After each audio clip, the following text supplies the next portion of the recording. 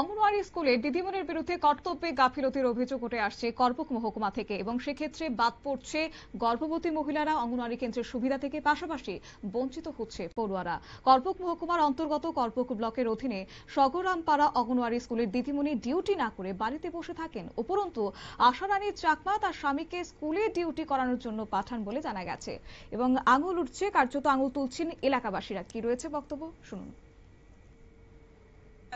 School সবসময় picnic হয়, অঙ্গনামারি school খিচুড়ি চাল বা করে না, 9 মাস 9 দিন পিকনিক হইলেও খিচুড়ি চাল দেয় না, ডিম দেয় না, মাছ আয় না, সপ্তাহ সবসময় বন্ধ, খোলা থাকে, মাছের আয় না।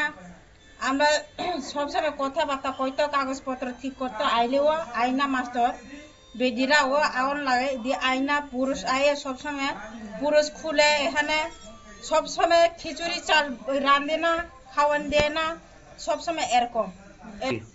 তোমার মুখে অঙ্গনারী স্কুল নি মু অবফ্রি। আপনারা শুনলেন এবং এলাকাবাসী তারা অভিযোগ করেছেন আশারানী চাকমা নিজের ডিউটি না করে তার স্বামীকে পাঠাচ্ছেন, যার কারণে সেখানে স্কুলে কার্যত পড়ুয়ারা যেতে পারছে না, পড়াশোনা বন্ধ রয়েছে। তবে এখন দেখার বিষয় এক্ষেত্রে দপ্তর কি ধরনের ভূমিকা গ্রহণ করে। নিয়ে নিচ্ছে ছোট্ট একটি বিজ্ঞাপন বিরতির সঙ্গে থাকুন।